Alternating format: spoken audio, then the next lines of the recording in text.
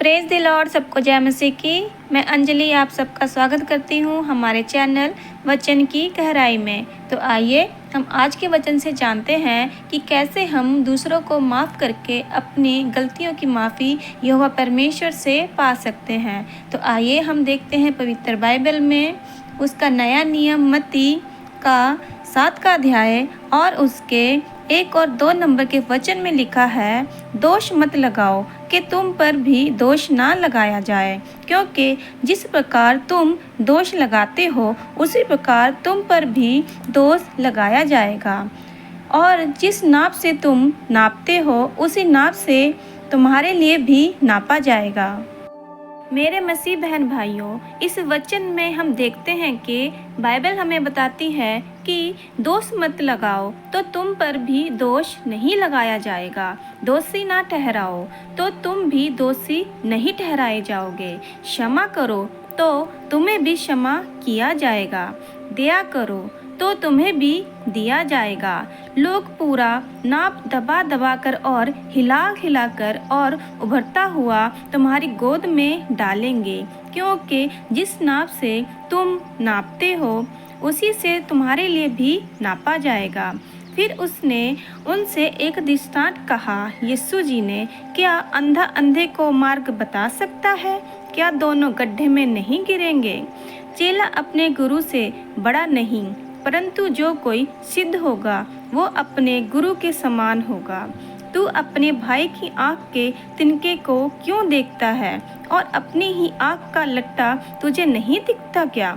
जब तू अपने ही आँख का लट्टा नहीं देखता तो अपने भाई से कैसे कह सकता है कि हे भाई ठहर जा, तेरी आँख से तिनके को निकाल दूँ?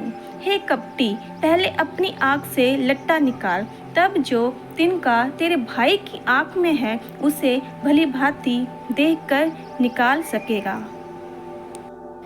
बाइबल बताती है कि प्रभु यीशु जब घूम घूम कर लोगों को शिक्षित करके ईश्वर के प्रति विश्वास और प्रेम बढ़ाने लगे, किंतु उनकी बढ़ती लोकप्रियता के कारण कुछ लोग उनके विरोध में दबी जबान से बोलने लगे थे, किंतु प्रकट रूप से उन्हें पैगंबर ही समझते थे। ऐसे ही एक घटना का जिक्र आगे दिया गया है। एक बार यीशु सूर्योदय से पहले ही ओलिवन पर्वत से नीचे आए। मंदिर के प्रांगण में अनेक लोग उनका प्रवचन सुनने के लिए इकट्ठा हुए थे। ज्यों ही वह प्रवचन आरंभ करने वाले थे, कुछ कानून के पंडित और पारसी उनके सामने एक महिला को लेकर आए और यीशु से कहा, गुरुदेव, इस महिला के ऊपर वह विचार का आरोप है। यह समाज के पुरुषों को बर्बाद कर रही है और ऐसा करते हुए रंगे हाथों पकड़ी गई है। संत मोसेस के नियमों के अनुसार इसे पत्थर से मार मार कर मौत के घाट उतार देना उचित है। गुरुदेव, इस पर आपकी क्या राय है? वास्तव में वो लोग यीशु को ऐसी हालातों का निर्माण करके फंसाना चाहते थे।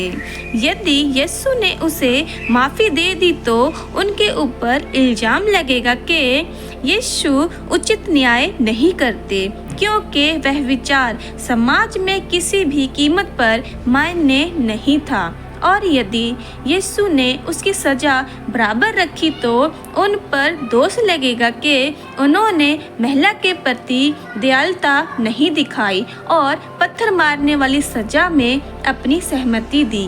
पर यीशु ने अपना निर्णय दिए बगैर जमीन पर कुछ लिखना शुरू कर दिया। अब तो पारसी और कानूनी पंडितों को विश्वास हो चला था कि वह यीशु को फंसा चुके हैं। अंत वह चिल्लाकर बोले, यीशु, आप चुप क्यों हैं? हम लोग आपके निर्णय की प्रतीक्षा कर रहे हैं। तब प्रभु यीशु जी ने सीधे खड़े होकर कहा, हाँ, मैं भी मोसेस के नियम से सहमत हूँ। इस महिला को पत्थर से मार मार कर मौत दे दी जाए, किंतु एक शर्त है, इसे पहला पत्थर मारने वाला वो आदमी होगा जिसने अपने जीवन में कोई भी पाप नहीं किया हो। इतना कहकर प्रभु यीशु जी झुककर जमीन पर दोबारा से लिखना प्रारंभ करते हैं। प्रभु यीशु का निर्णय सुनकर भीड़ इधर उधर जाने लगती है और पहले बूढ़े लोग वहां से चले जाते हैं और अंत में वहां प्रभु यीशु और उस महिला के अतिरिक्त कोई नहीं बचा। प्रभु यीशु ने एक बार फिर से सीधे बैठकर उस महिला की तरफ अपनी निगाहों से देखा और उसे कहा कि क्या किसी ने तुम्हारे ऊपर पत्थर फेंका? महिला ने उत्तर दिया, नहीं प्रभु, किसी ने भी पत्थर नहीं फेंका। फिर प्रभु यीशु ने कहा, मैं भी तुम्हें दोषी मानकर तुम्हारी आलोचना नहीं करूँगा। जाओ और पाप में जीवन त्याग कर शांतिपूर्वक जीवन निर्णय करो। जैसा कि अभी हमने देखा, प्रभु यीशु जी ने अपनी समझदारी के अनुसार किसी पे भी दोष नहीं लगाया और ना ही खुद पर लगने दिया और उस स्त्री को माफ भी किया। ऐसे ही हमारा जीवन भी होना चाहिए। हमें भी किसी के ऊपर भी दोष नहीं लगाना चाहिए, क्योंकि अगर हम किसी के ऊपर दोष लगाते हैं तो हमारे ऊपर भी दोष लगाया जाएगा। हमें सबको माफ़ करना चाहिए ताकि हमें भी माफ़ी मिल सके।